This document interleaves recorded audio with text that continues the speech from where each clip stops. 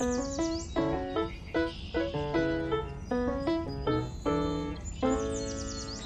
Pearl, how are you today? Hey, and here's Minnie. Look at the pretty flowers I just planted. What? Oh, you're right. I almost forgot. Another day of SoulCARE. Hey, everybody, it's James here in Prague, and welcome to SoulCARE, March the 6th, 2023. And it's spring, kind of, somewhat, isn't it? I'm not sure. It's very, very cold here in California. So good to be back on Monday with you guys. It's been a very busy weekend. I hope you had a nice weekend. Hi, Maureen, Walton, and Nettle. Maureen, there you go. Teresa. Hope you had a great weekend. I spent mine at the dog park. With meeting all these other little dogs and the people. And I also did a wonderful workshop with Gordon Smith on Saturday about mediumship in the media, which was very, very interesting. And from the UK side, from the US side, it's different in some respects. But one of the things I said to many of the people was no matter what your background is, as far as from the UK or from the US, or no matter what field of life, career you're going in, I think the secret is to know yourself and to honor who you are, no matter what, and have a passion for what you love to do. That's really what the secret is. And in some ways, I think it's more important than technique. Technique is important, of course, but I think you have to have that fire within, that passion, no matter what you do, no matter what line of work you're in, something you really enjoy. And that goes back to, of course, the time we have here on this earth is very limited, and we should make the most of every day and every moment. And you've heard me talk about it before, where I'd say to people, which I say to you, every day you meet people in your life and they come upon your path, and you want to make sure that everyone you meet each day, that you change their life in some way, in a positive way, whether it's a smile, whether it's a kind word, whether you open up a door for them, whatever, to just change things up and make their life a little bit better than it was. Yeah. So anyway, that's what I talked about this weekend, and I try to live it every day, and I hope you do too. Hello, Anne. Are you getting ready for the trip? I hope so. Alaska is still happening very well. I was trying to tell people last week, because people have been emailing me. It is okay to have a roommate. That Ron Oyer, who works at the agency, that's what he does. He puts people together as roommates, and it really has worked out well in 25 years. Really, really well. We had one lady who was a problem once, but she ended up being a little problem with her head. So that was she didn't take her medication, so that was a problem. But otherwise, it was fantastic, and people have a great time together, and we're never really in the cabin. So if that is holding you back from going on this incredible Alaska cruise, then rethink it, because it's going to be really good.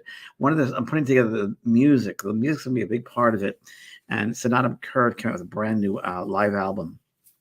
And so interesting, because I mentioned the first day we're going to work with the guides, but one of the songs that she has is, I'm going to be using this interaction music when we bring you to the space of the guides, where you actually are with them and they bring you through these spaces.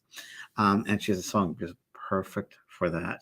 And we're going to be doing a lot of, not only going to bring the people down in with my voice and bring them down or bring them up to a certain level, but it's all going to be through mantras. It's going to be through colors. It's going to be through repetitive song. It's going to be through prayer. So all different ways, different reaching different levels of consciousness to leave the body and to bring yourself up to a space in the mind where you are in that connection. And there'll be a reassurance that you're with them or on that side of life. And the fun thing about this is you realize that you're really there most of the time anyway. And the physical part, you're very aware of the physical part as well, but you're very much there. So anyway, I'm working on that with music, and Sonata, who's a friend of mine, Sonata Kerr, has some great music. I'll be using her. And I'm going through a whole list of about 60 different songs and mantras and various exercises too, I found. I'm changing a little bit, but they're really exciting. It's a really, really exciting cruise. It's really going to be fun. So if you can do it, please join me for that. And there it is, stepping in the spirit world. I'll never do anything like this again. This will be it for me, as far as this type intenseness of this cruise is going to be. Butterfly Effect. You just watched Talking to Heaven. I looked you up. Oh, thank you. Yes, that was a long time ago. Ted Danson. Linda, hi Linda from Sedona. Nice to see you. Hi Penny. Hi Maria. Okay. My live events are amazing. Thank you, Patty. My live events. I'll be doing the next live event in Florida. So my next live event will be a demonstration, the evening of spirit messages, 2 or 3 hours. And that will be in Fort Lauderdale, and that's the Parker Playhouse. And that will be April. There it is, April the 15th, Saturday. There are tickets open. Tyler Henry just went and had 2,300 people there. Power of television. And I'll be there after him, so maybe some of the people will hang out. But it'll be fun, and we'll talk. We'll have a good time. Meet me in person. I think you guys know me pretty well from here, but in person is, again, a little different. I'm much shorter than I am on the screen. But I'll never forget in Boston, one lady said to me, "You're so funny." She said, "You're a comedian." I said, "Can I use that?" She goes, "Yes." So I use that. I'm a comedian. People don't expect me to be that funny. But I am. I keep it very, very light. And the detail that comes through in a live event, it's pretty amazing. The spirit people really work hard. And one of the things I do, which I've tried to do here, but of course it's a little bit harder on Zoom, but with live events, I also help the audience, the participants who work with me, right? Work together. It's a three-way connection. The audience, myself, and the spirit. The process of spirit communication, what I'm going through, what I'm experiencing. And I'll ask the participant, what do they feel as I'm bringing through a loved one, and how they feel about that loved one. And I ask the loved one what they feel and so it's a great experience. It's a multi-connection experience with everyone involved. So that's the next live event is in Florida, and plenty of tickets are on sale right now. So please reserve for them. Hi, Lisa from West Texas. Nice to see you. When am I coming to Wales? Denny's asking. Denny, I will be there. Not Wales. Well, Wales, I'm going to visit a cousin there who's just, his wife just passed, my third cousin. But I'll be back there in September. I'll be doing a tour in October, and in Scotland and in England. And I don't think Wales, but I will be visiting Wales for personal stuff. And England, and might do Ireland if that's possible. Depends on how much I can get away from Pearl. So, it's funny as you get older, traveling like this, but I'm also have a TV thing I might be doing, which has a lot of travel involved. So there might be some traveling things coming up, and there might be a lot of different places I will be going to. So I'll let you guys know, of course. Hi, Tara from Puerto Rico. Good to see you. Thank you. Yes, the Scottish people. Yes, the butterfly effect. When will your next evening of Spirit on Zoom be? It's going to be, Diane, we're doing it in May. We're switching things around right now because I have a new group of people that are working with me.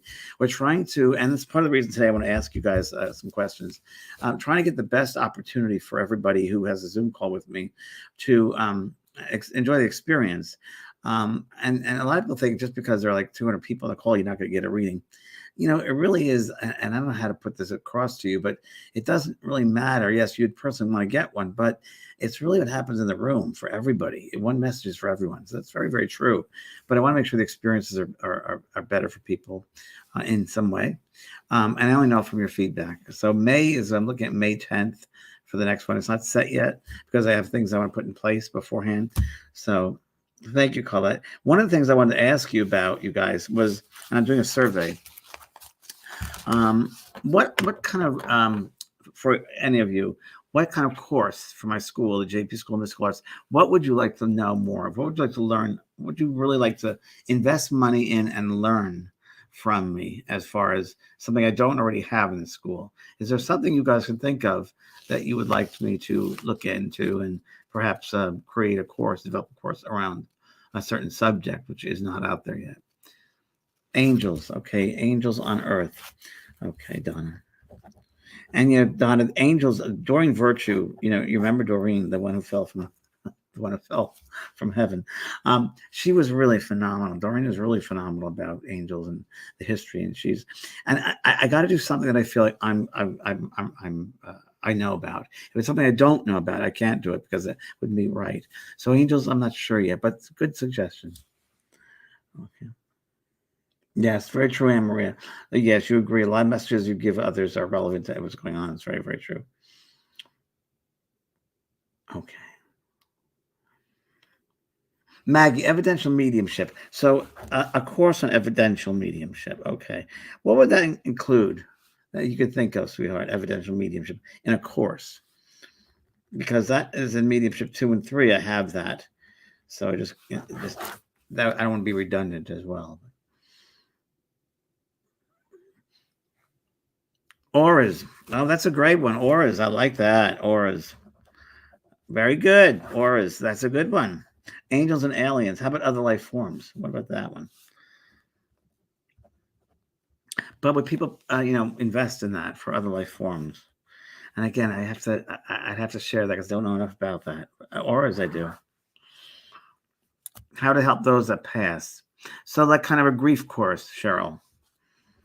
A grief course. See, I find it hard to charge people if they went through grief. So, okay. A grief course. How to grieve healthfully. How to grieve in a healthy manner. Okay.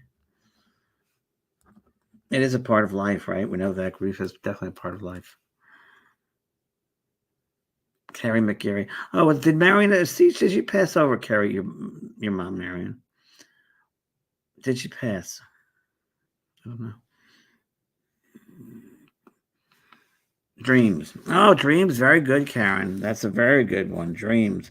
Oh, that's really, really good. I love that. Okay, dreams. Excellent one. That's very, very good. Hi, Joanne. Joni. Premonitions. That wouldn't premonitions be part of premonitions? Intuition, would you say? Crystal energy. Joanne, what about crystals? What a course in crystals. How about that? All different types of crystals and how to use them. Crystals and how to use them. How does that sound?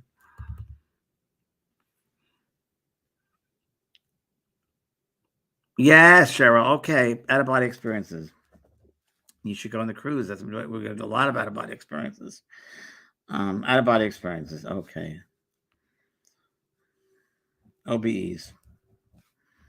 Okay. That's a good one. OBEs. Astral projection. Yeah. Thanks, Ann. I'll put that in with the OBEs. Okay. This is great. Thank you, guys. Because it's good to share this. I want you color. So, Dawn, you're very funny. You're such a funny girl. I actually created a course about healing with color. So I'm halfway through that. But I love that course. So I will do that color course. It's really cool. And, I had 4 people already interviewed on that.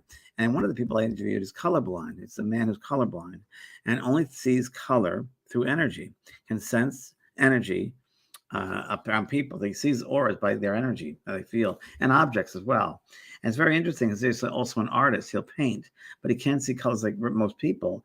And the chakra colors are very different because it's energetically how he interprets them. Very interesting. Carolyn, hi. Stupid question. Not stupid question. No stupid questions. But when someone dies, do they know they're dead? And do they miss you like we miss them?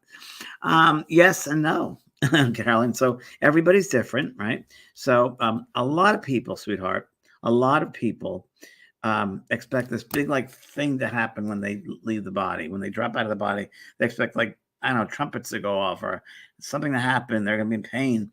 Nothing happens. It's nothing. It's like if there was a bomb went off right now, we'd be sitting here like nothing happened. And someone's like, oh, by the way, you've all passed over. And so there's really, in that respect, people are like, well, how can I be dead? I feel fine. But they are. Just like that movie Ghost. Very much that way. There was a story once I read.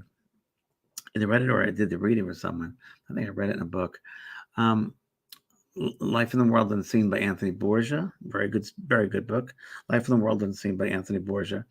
Was done by a reverend who, when he passed over, felt so guilty for not telling the truth about what life was like when he passed over that it wrote this book through a medium, Life in the World Unseen. Anyway, there's this story about this boy who was getting ready for a date. And he was really, it was like an 18-year-old kid getting all ready for the date. I think he just shaved himself the first time after shave and got new clothes. And he's driving this car. I think he brought his dad's car. And he was so nervous and he's rushing. He was on a highway and he got into an accident. And next thing you know, he's looking and he's like wondering what's going on because he's next to his car and he sees all these firemen and policemen and ambulance. And he doesn't understand. And someone comes up to him. And it was his grandfather who passed. And he said, Johnny, you're dead. He goes, what do you mean I'm dead? I'm fine. Look, I'm wearing the clothes I have. He goes, well, those are the clothes you remember you're wearing, but you left your body. You were in an accident. And he didn't remember because God, in its wondrous way, has, if you can say, a shutoff valve that is in ingrained in our souls. And that when that moment happens, if it's an impact of some kind, there's like you lose consciousness. You're out of consciousness with it. Many times it seems when there's an impact or something like that. Many times I've had heart attacks with people, they just leave the body. They don't realize it. We leave our bodies all the time without realizing it. So this boy, Johnny, wouldn't believe it that he'd passed over, and his grandfather passed away before him. So, yes, Johnny, you're passed over. And he goes, but you're dead. I'm not dead. You're dead. He goes, you're dead too. He goes, I can't be. I'm right. I'm alive. He goes, well, look under the sheet. And that's your body. And then the paramedic opened that sheet up. It just happened to at that time. And there he was. He said, well, I feel so good. He goes, because you remember feeling that way. And you were in an accident. And so sometimes it takes people a little bit, there's a suddenness to that passing that they have a hard time believing that this has really happened, that they've left the body. So, and their head, they don't know what to expect, really. So it's so much better when you have an awareness of a life after death, at least what to expect, right? It's really nothing. It's a going home. And no one ever dies alone. So people come to get you, your family who've been waiting for you, your friends, your loved ones who've been waiting, your animals who've been waiting a long time for you, will come and get you. No one ever dies alone. So you'll be met by them. So I've never had the experience where they've been just hanging out in the space. It doesn't really happen that way. Hope that helps. Hi, John. Do spirits who have passed feel regret? Yes, John, they do. So what happens, from my understanding, is if there's a life review and you relive everything you've done in that past life, in this life here on this earth, and you see things and feel things 10 times, 20 times, 30 times stronger than you did when you performed the act on earth. So for instance, I'll use this example. I love this example. Let's say you're in a very bad mood and you went to some gas in your car and you went to pay the person and you were angry at them and threw them money. And in turn, that person and the cash register got angry and yelled at their coworker. And the coworker got upset and went home and yelled at his family. And then the family got upset and the kid and so forth and so on. So when you have that life review, you become that shopkeeper, the man behind the cash. And you feel the anger that was thrown at you, that was given to you. And you realize what you did with that you're responsible for that, and then that person, and the rippling effect, what happened. So in that respect, yes, you do feel that, and you have regret for creating that negative energy, for making people be a certain way because of what you created. So in that respect, there is regret. There's also regret many times where people feel they couldn't tell someone they loved them, they wish they had the opportunity, they lived a life in fear instead of love. I've had so many people, thousands of spirits come back and say, if only I knew then what I know now, I would have chosen love instead of fear. What was I thinking? Oh, I wasn't. I was letting other people rule my life, not myself. So I wrote a book called Unfinished Business, What the Dead Can Teach About Life. And it's a very, very good book about having no should-haves, would-haves, or could-haves. Because I think, as I said earlier, every moment counts.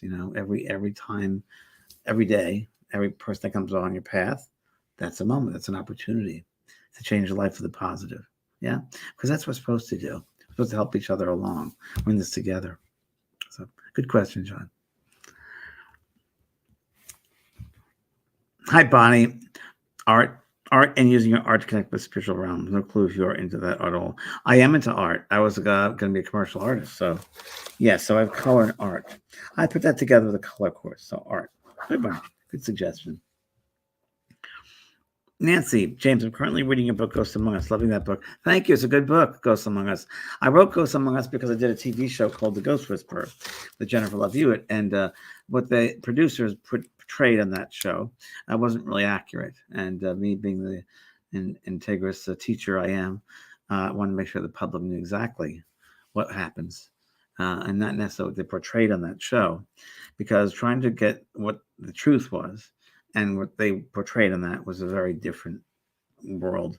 I fought night and day to get certain things done on that TV show that the producers fought me for. And they didn't know any better. They're very limited, their knowledge about life after death or spirituality or mediumship. I'll never forget, there was one horrendous person. He was a producer we brought in. No one respected me at all. It was this nut, right? And I remember there was a scene where Jim, the paramedic, the husband,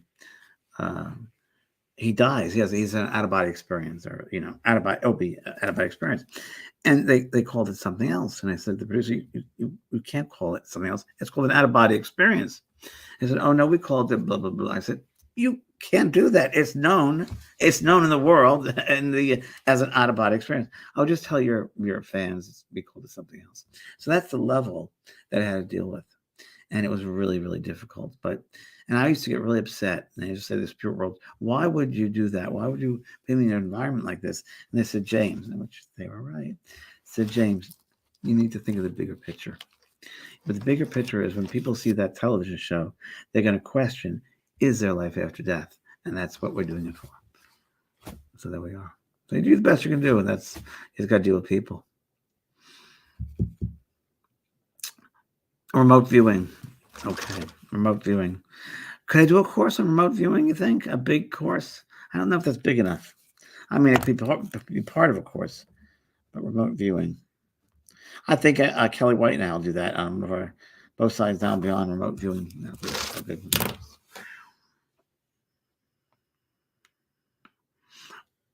Old Souls, good one. Maggie is here saying people who produce shows about afterlife are doing some awful things. Maggie, I couldn't agree more with you. Maggie is so irresponsible, and it's a lot out there right now.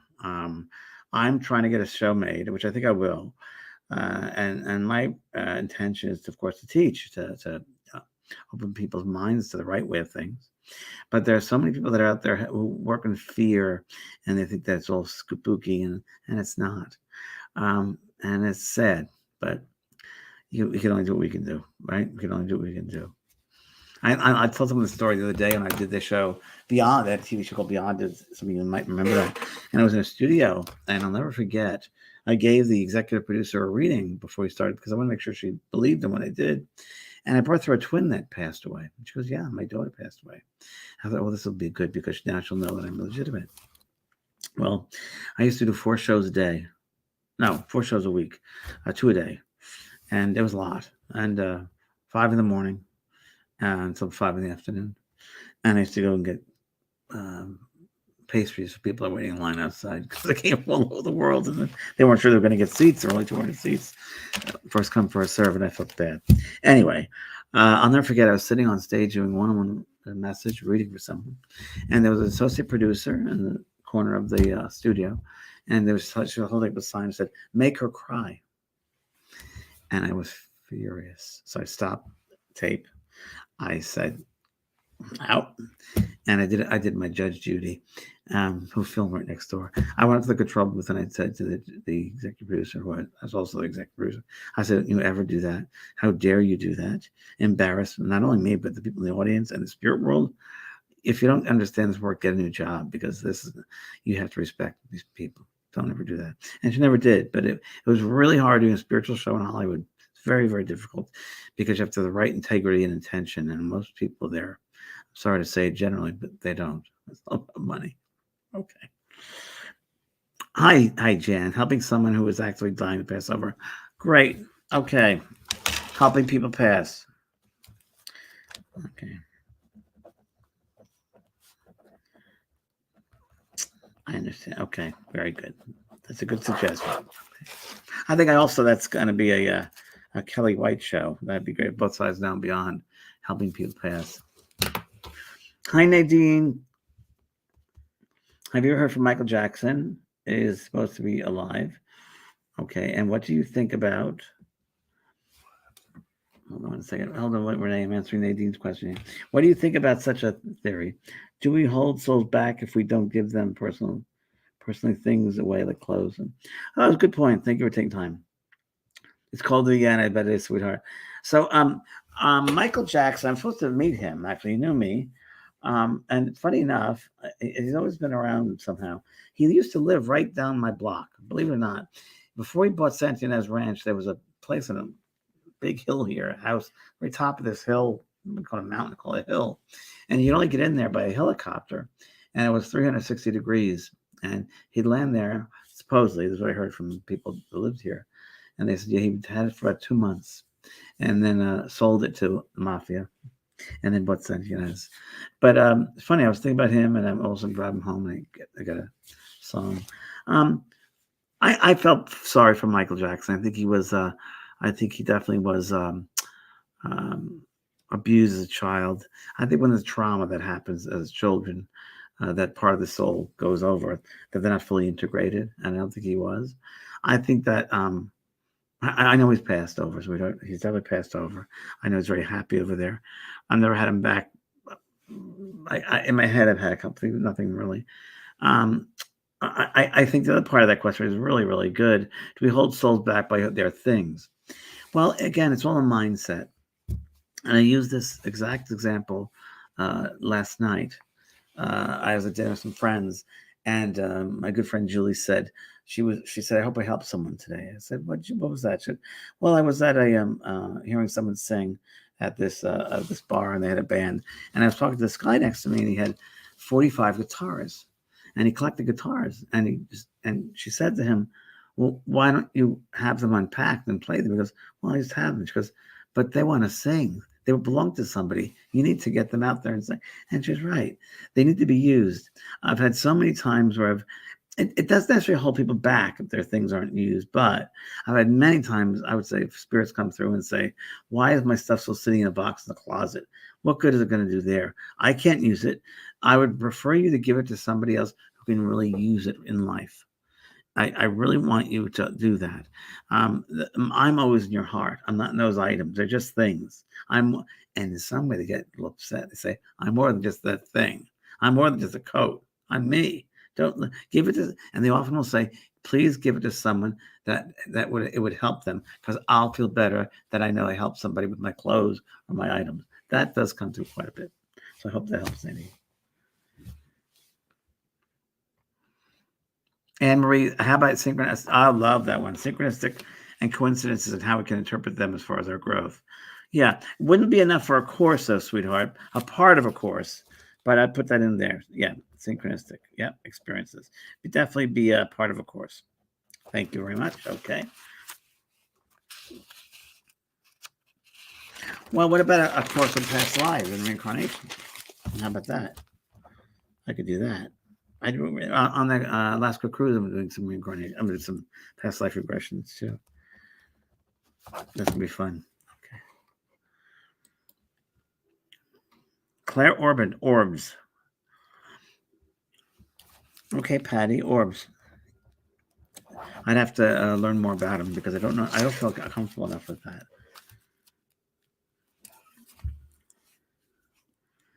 Wait, I mean, just thanks, Ray. I was going to answer one question up here from this lady, Annie. Okay, Anne. Hi, Anne.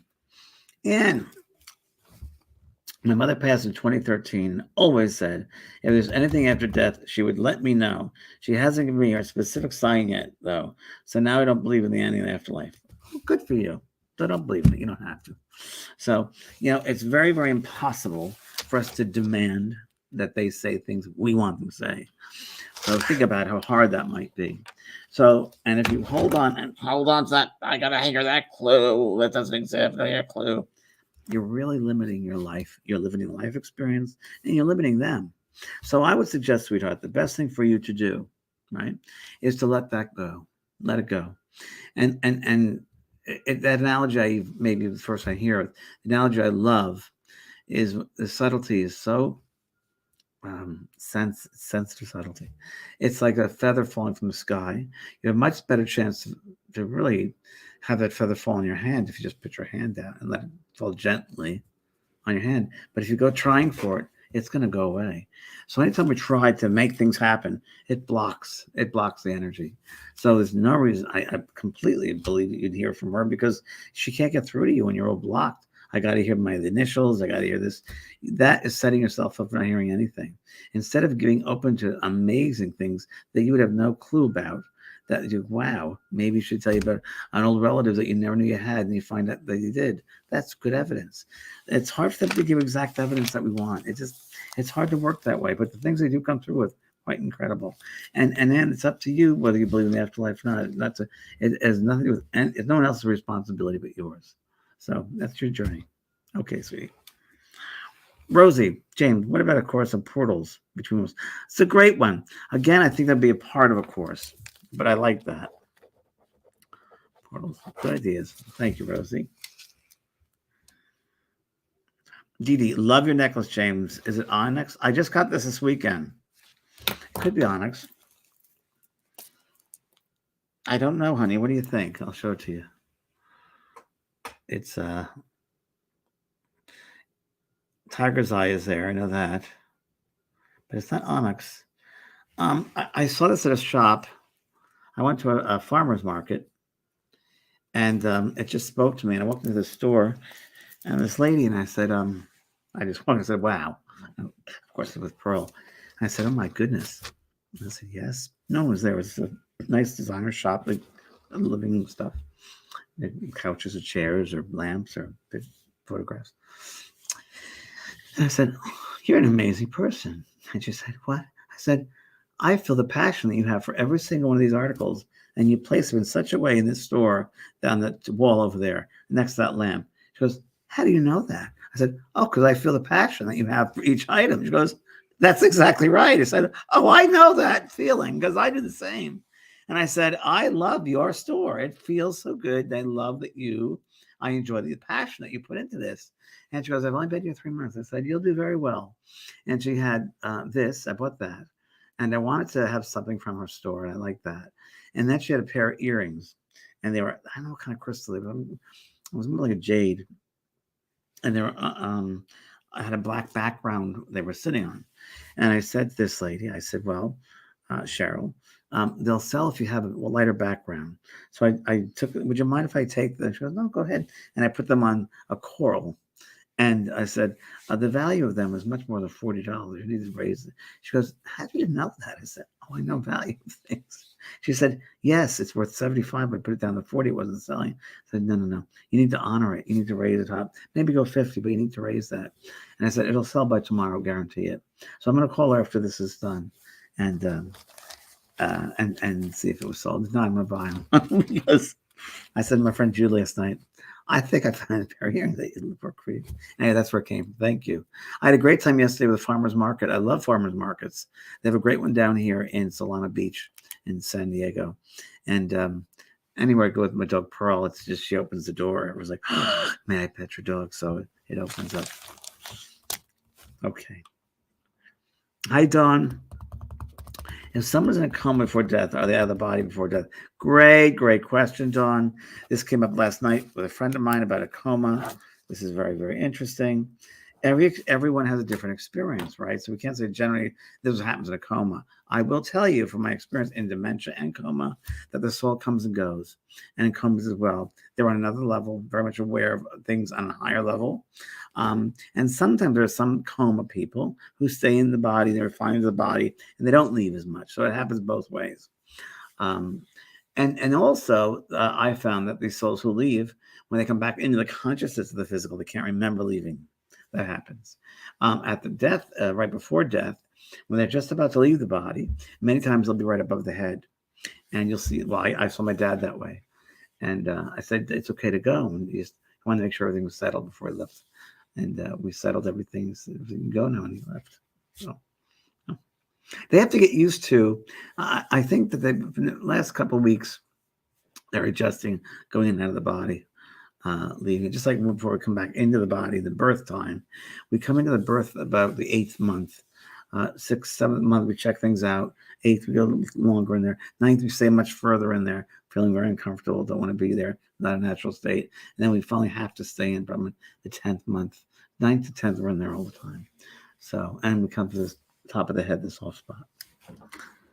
Good questions.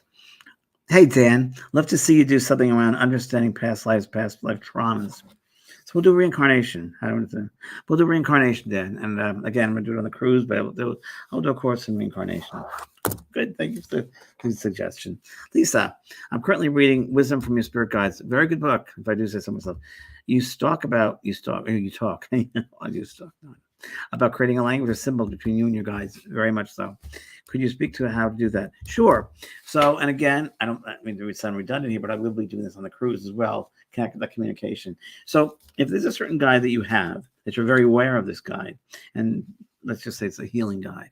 So you and that healing guide should set up a form of communication in that they're not going to necessarily speak to you like in English or with words. More than likely, they'll speak to you with energy. Because how do you know a difference between a healing guide from a philosophy guide or a medical guide? Well, it would really be energetically. And of course, the wisdom that they come through with. But the initial connection would be energetically. So there'd be a certain energy that you'd feel with them. And you'd know that that energy is from a healing guide or that energy is from a philosopher. And with that, you can then ask them, okay, energy guide, I feel the energy, but I would like to have something in a symbol from you that represents your energy for me as a healer. And they will throw you into your mind. They'll impress in your mind a symbol, a sign, something that you know between the two of you would represent that symbol is for healing. But that says philosophy. Philosophy for me, mind guide gives me a flame. And whenever I see a flame, and it's a philosophy guide. So yeah, and it's fun doing it. At least enjoy doing it. Have joy doing it because they love to help you to open up that way. Good question. Okay. This is Nadine. Hi, Nadine. There's a beautiful little shop, stone shop in front of where I live. My neighbor's friend, girl, beautiful stones. I learned a lot about that. If I go in, I am busy for a long time. Oh, very good. Try to find a rose quartz, Nadine, in a heart shape. Past lives kept us paralyzed. How do you get past that? Oh, that's great, RC. So you have to look at the past life, and you got to be very objective in that. What is your soul, from a soul point of view?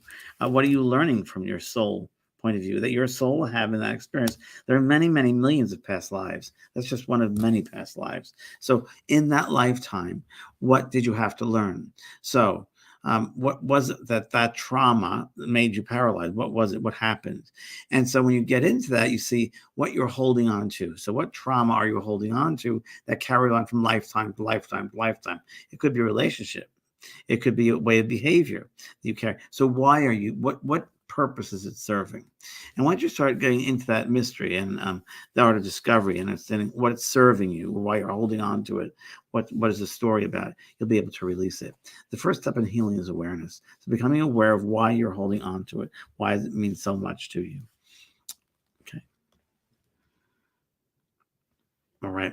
Tonight, just so everyone knows, I'm doing both sides now with Kelly White, and it is all about time. So it's a really good subject. Time. Is it real or is it an illusion? It could be a little bit of both. So if you understand more about time, a little bit of quantum physics tonight with myself, my good friend Kelly, and it's at 6:00 right here. And also Alaska again is good, and Florida. Please come to see if you want. If you're in Florida, love to have you. And I'll be back on Thursday to talk about SoulCARE Intensive. I'm picking one of my courses and intensely talking about that. And but I'll hopefully see you tonight or sometime this week. Okay, lots of love to each one of you. Bye-bye.